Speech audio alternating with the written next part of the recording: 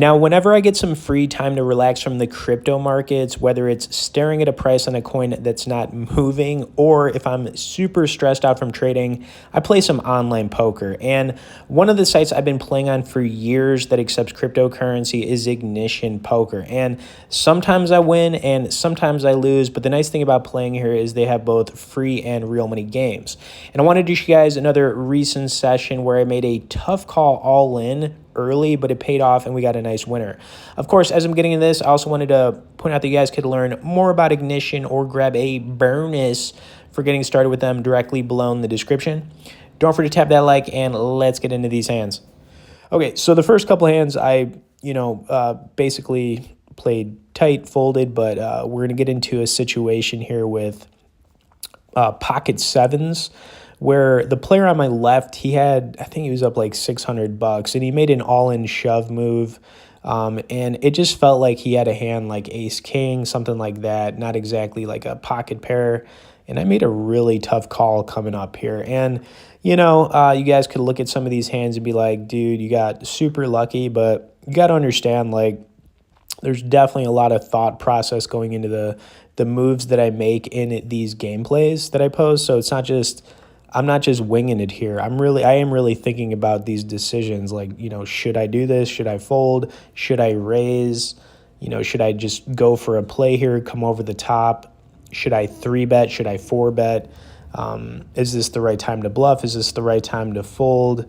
Is this player... There's so many, things that go into this, and, if this is maybe the first time you're watching a video here on the channel, that's great, but...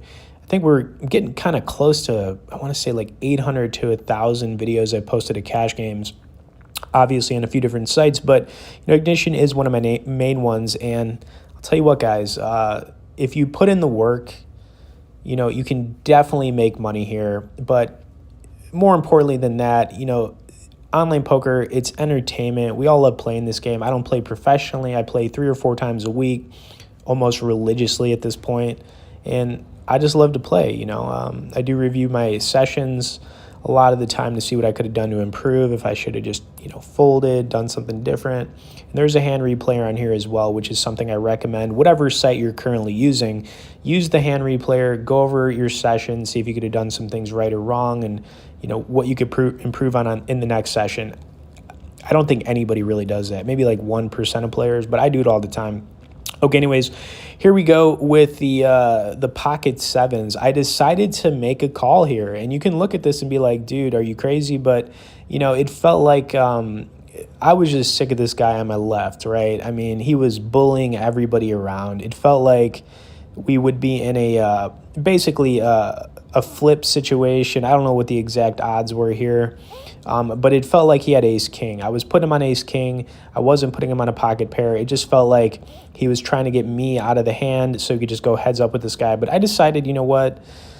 I'm just tired of this guy. He's just constantly pushing everybody around. So I made a stand here, and, he had a monster flop. So we had to dodge a lot of stuff going to the turn and river, but... I don't regret making this call at all. I was tired of this guy's nonsense, and I know you guys know what I'm talking about when you're dealing with a player who just, is pushing everybody around. Anyways, he had a ton of outs here. He's got the 10, the ace, the queen. I mean, turn card was really good because it didn't pair the board with the jack or the king, keeping our sevens alive, and really dodging a ton of outs going to the river here. And fortunately for us, we did. We did lose to the guy on our right, but he had a lot less money, and we still ended up taking down a really nice pot here with the pocket sevens, making a really tough call. And you get in these situations sometimes when you're in a session where you have to figure, should I fold? Should I call? Is this player just being ridiculous? And like I said, I knew what I was getting into, win or lose. I was just so tired of this guy on my left, pushing people around in this session. I mean, constantly raising too much. You see somebody doing that all the time, and you're thinking to yourself, like, this guy can't have a hand all the time. He was playing hyper aggressive.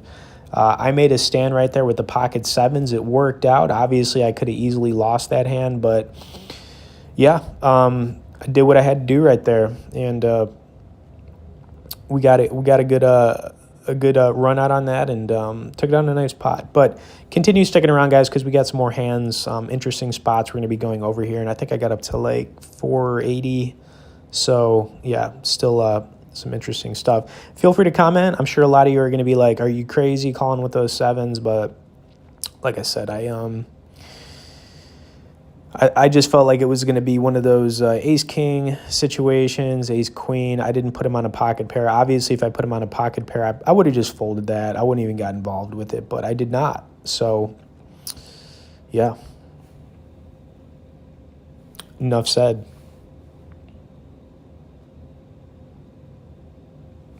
Now, this hand was a bit frustrating. I made a call here because, first of all, this guy bet. This guy called, and because he made the call, it made it easier to try to see if we could, obviously hit that straight, maybe turn an ace, something, right? Turn card put us in a tricky spot, especially dealing with aggression. It's tough to continue when you're dealing with a lot of aggression, especially after this turn card, which I think is going to pair the jack. But obviously, I'm always making the call. Okay, so the jack paired, not exactly what we needed. I was really hoping for either really small bets or just like check here. But player 3 is going to go for it. He bet pretty big, I think. Yeah, he bet the pot. So clearly he had something big here. Possibly a set, possibly ace king, not out of the realm of possibilities here, but that bet just kind of like priced me out. River card would have been an ace, which would have put us in an even tougher spot, and I think folding right there was definitely the play. Okay, so I decided to limp here. First to act with the pocket pair. I mean, I go back and forth about limping with small pocket pairs if you're like in super early position. Sometimes you could just call with it. Other times, you could raise it. It just depends on how you're feeling. Anyways, I just went for the limp and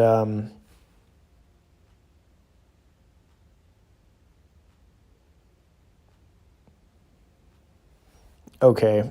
Turn card was actually pretty good for us in this spot because, less likely he's got a king. So our pocket pair could be good here a lot of the time. We are going to take it to the river. I'm going to make the call here. I'm not believing this guy at all. River card was a great card. Put the 4 out there. Really just hoping for a check. And he did check, and we took it down with and it was nice. So on to the next one. All right, this hand was ridiculous.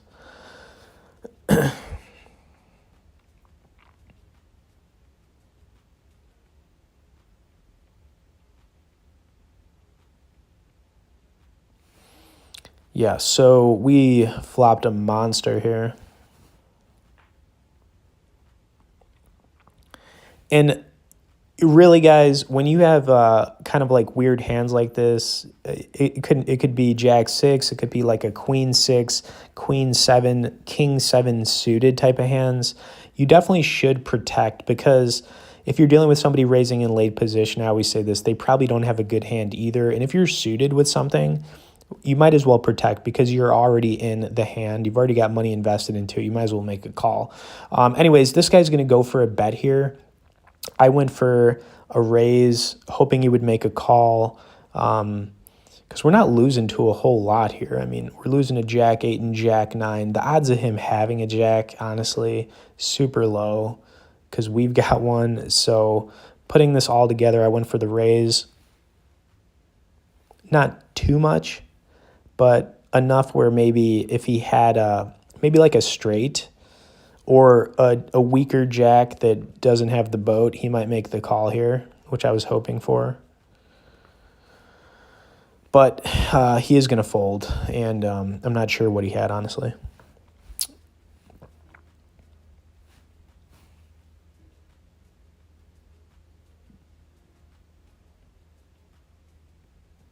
But he did think about it.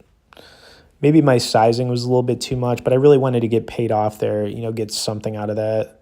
And that was a pretty big bet on the river too. I mean, I don't know like I said, I don't know what he had, but yeah, no, I think my sizing was fine. It is what it is.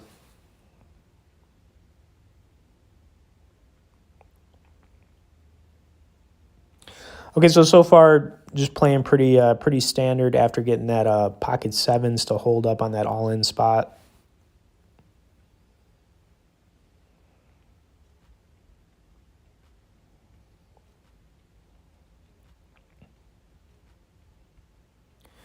Really didn't know what else to do here. I just kind of went for it.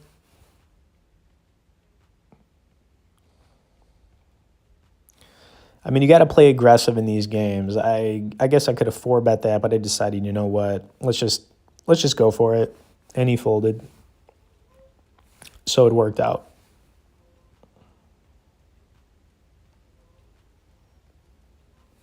Okay, pocket tens. This was a great spot for us for a couple of reasons, but by the time we got to the river with this hand, it was a little bit tricky, and you'll understand why.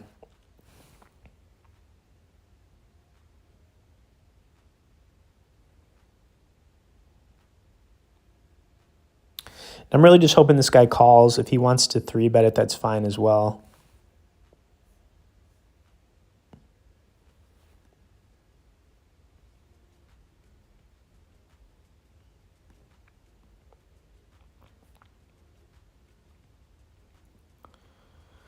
Okay, so he made the call.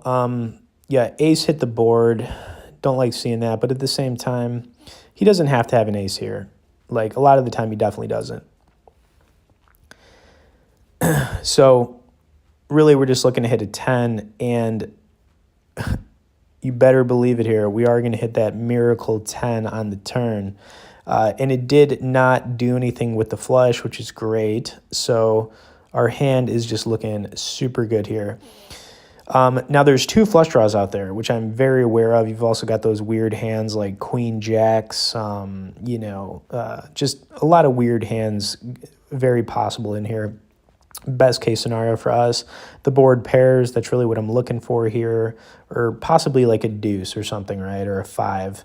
However, 2 problems with this hand. The flush got there, which I'm not saying he has, and then queen jack got there. It is possible. It's not out of the realm of possibilities. He's going to put in a bet here, decent sizing, and it put me in a weird spot. So I just decided to call here. He ended up having 2 pair, which is kind of crazy because he had a 10 right there with the king, and we had the 10s. But yeah, I mean, that was a bad turn of events for him, hitting 2 pair in the last 2 cards. But I couldn't really do a whole lot there because there was that small possibility that he had us on either a flush or a straight. So now this hand was a good one too. I ended up going for a bluff here. And bluffing, about 10% of the hands you're playing, you should be bluffing. And it goes the same for 3-betting. You want to be doing it about 10% of the hands you're playing at least. You could get, once you get better at both of those, 3-betting and bluffing, you could up it a little bit, but you don't want to go too crazy with it because people see what you're doing. You want to remain a little bit unpredictable in these games. The more unpredictable you are, the better you are, and the more money you're going to make because people aren't going to know what you have. Being able to mix your game up and against players at this stake, it's a good skill to have. You get better at these things over time, though. Like I said, you got to be putting in a lot of hours, putting in the work to want to get better. A lot of stuff here.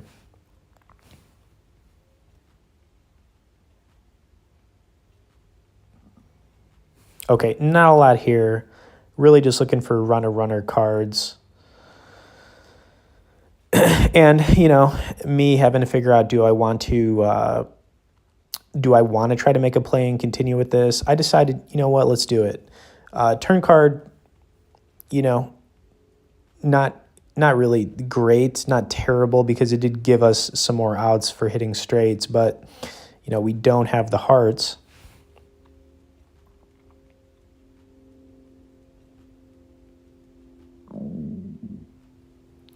Now, obviously, the only way I'm winning this hand is if I put in a bluff, so that's exactly what I did.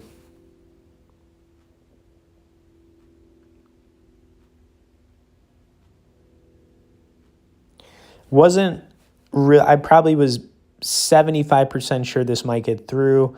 I figured, though, if he has a 10 here, he might make the call. It would be a tough call for a 10, but we got him to fold, so our play worked. The aggression paid off, and our bluff got through, which is always nice, guys, when those bluffs get through.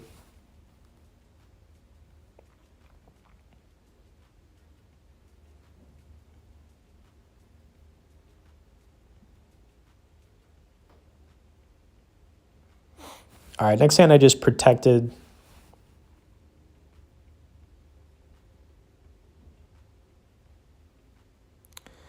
Played this hand very passively.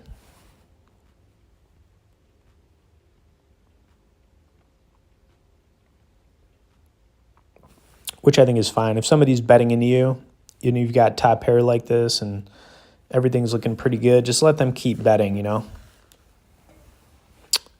However, he didn't.